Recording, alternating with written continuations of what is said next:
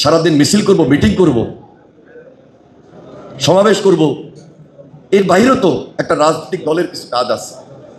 সেই কাজগুলো চোখে আঙ্গুল দিয়ে বুঝিয়ে দেওয়ার জন্যই তারেক রহমানের সেই চিন্তা শক্তি থেকেই আমরা বিএনপি পরিবার এই মানবিক কাজগুলো ধাপে ধাপে করে আজকে একটা পাহাড় পর্বত সমান অবস্থানে গিয়ে পৌঁছেছে। ইতিমধ্যে বাংলাদেশের প্রায় জেলাতেই যারা আন্দোলন সংগ্রামে বিভিন্নভাবে ক্ষতিগ্রস্ত হয়েছেন তাদের পাশেই আমরা বিএনপি পরিবার দাঁড়িয়েছে এবং সহায়তার হাত বাড়িয়ে দিয়েছে। আজ থেকে প্রায় 1 বছরের বেশি হবে 5 আগস্টের পর বিএনপির ভারপ্রাপ্ত চেয়ারম্যান জনাব তারেক রহমান তার চিন্তা, তার ধারণা থেকে যুক্তরাষ্ট্রের 1 নম্বর জিম চেইন গোল্ড জিম এখন আবারও বাংলাদেশে বসুন্ধরা আবাসিক এলাকা ও বসুন্ধরা সিটি শপিং মলে। এই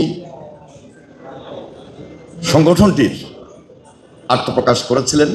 আজকে অনেকগুলা ধারাবাহিক কর্মসূচি বা প্রোগ্রাম করার পর আমরা আরও বেশি বুঝতে সক্ষম হচ্ছি একটা বিশেষ পরিকল্পনা নিয়ে ভারপ্রাপ্ত চেয়ারম্যান জনাব তারেক রহমান আমরা বিএনপি পরিবার এই সংগঠনটির শুরু করান।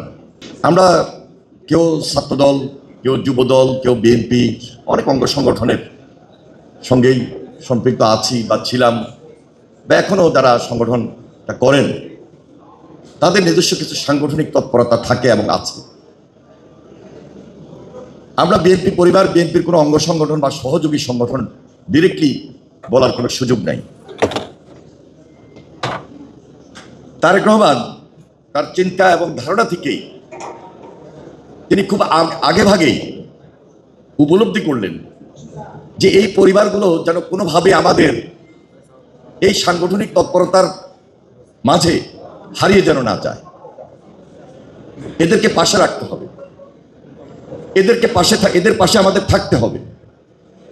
আজকে আমাদের এই অনুষ্ঠানটি যাদের জন্য আয়োজন করা হয়েছে তাদেরকে আমরা কখনোই ভুলে যেতে পারবো না এবং কখনো যেন ভুলে না যায় এই জন্যই তারেক রহমান এই যে আজকের সংগঠন আমরা বিএনপি পরিবার, এই সংগঠনটি আমাদের আজকের প্রধান অতিথি অ্যাডভোকেট রুহুল কবির রিজভী, তিনি চিফ অ্যাডভাইজার হিসাবে গাইড করছেন।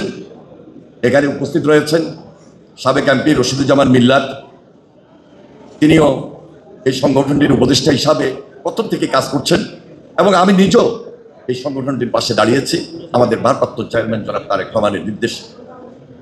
আমরা সার্বক্ষণিকভাবে আতিকুর রহমান রুমন এবং মিথুন তাদের নেতৃত্বে এই যে সংগঠনটি তাদেরকে ভালো কাজ করা, এই পরিবারের পাশে দাঁড়ানো, জুলাই যোদ্ধাদের জন্য পাশে থাকা, সেজন্য আমি আন্তরিকভাবে মোবারকবাদ জানাই, ধন্যবাদ জানাই আমরা বিএনপি পরিবারকে। তারা যে দৃষ্টান্ত স্থাপন করে যাচ্ছে এটা শুরু, কিন্তু এটা শেষ নয়। আমরা বিশ্বাস করি যে বাংলাদেশ জাতীয়তাবাদী দলের যে রাজনীতি, সাধারণ মানুষের পাশে দাঁড়ানো, আন্দোলন সংগ্রামের মধ্য দিয়ে ফ্যাসিবাদের বিরুদ্ধে লড়তে গিয়ে আমরা অনেকেই জেল খেটেছি, আমরা অনেকেই মামলা হামলার শিকার হয়েছি, আমাদের পাশ থেকে অনেক নেতা কর্মী শহীদ হয়েছেন, গুমের শিকার হয়েছেন, খুনের শিকার হয়েছেন। আমরা বিএনপি পরিবার তারেক রহমানের নেতৃত্বে আমরা তাদেরকে ভুলবো না, ভুলতে পারি না।